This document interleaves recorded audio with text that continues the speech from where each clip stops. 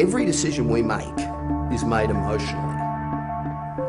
We then justify it pragmatically. And if you don't get the emotional connection first, you'll lose. How many of you have been to Disneyland? Stop me if I tell a fib. If I lie, just stop me.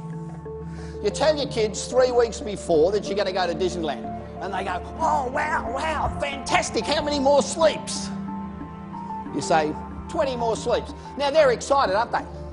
They are excited. They haven't been to the place yet, and they're excited. They're already having a good time. Now, how would you like to have a brand where somebody said, I'm going to go and see my ING rep in 3 weeks, and they go, wow, how many more sleeps is that?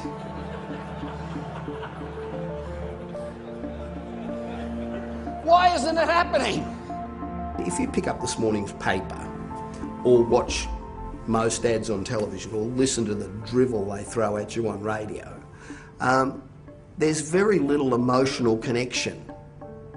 And I think the people who do emotional connections win.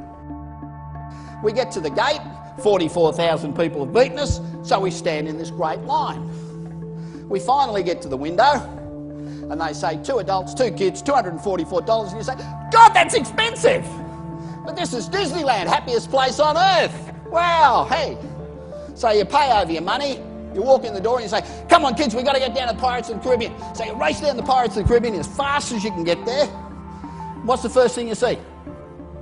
A line. It's not just a little line, is it?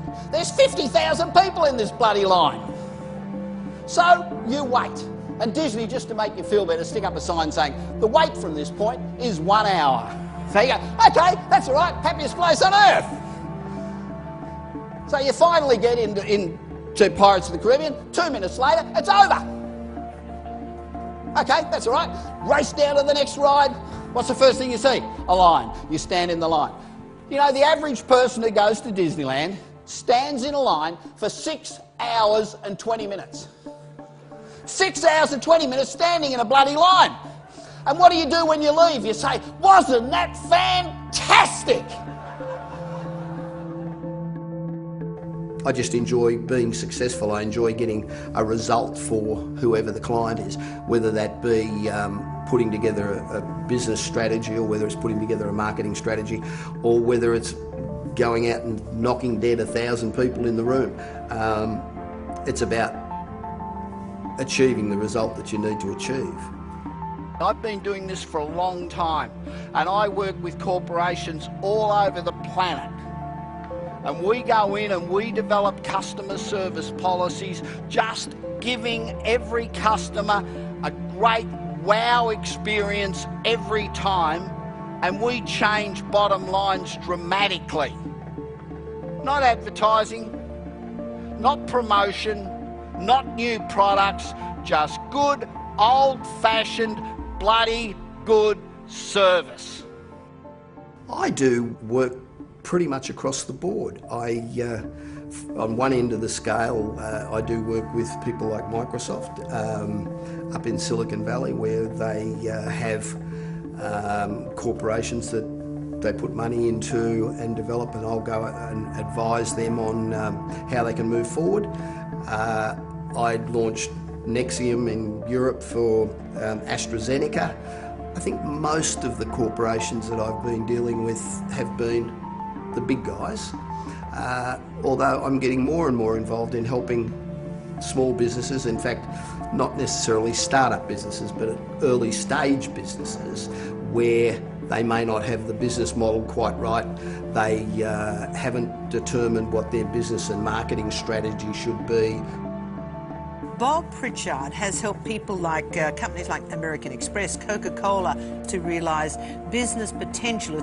And you've worked with some huge companies, boards of directors, help some big names. What is it that they can get from you that they can't get from all their other people?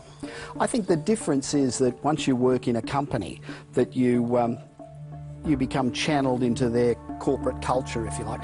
So you tend not to think outside the box. You tend not to think about what other companies are doing. And so you don't keep up with the trends. You tend to do... If you're the marketing director of Coca-Cola and you put something up and they say no, and then you put something else up and they say no. Sooner or later you only suggest what you know the company's going to buy. Where somebody like me comes in and says, you've got to do this, and they go, wow, how fantastic's that?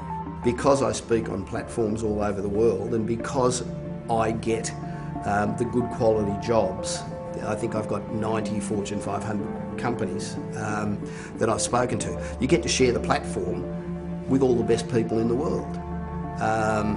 And you know, I'll go along and listen to 10 speakers at a job where I'm one of them, and you learn a hell of a lot, which enables you to then take that back to clients. One of the most interesting things I saw or heard was when Mark Cliff says, you know, boom and busts are driven by emotion. That's what he said. Boom and busts are driven by emotion.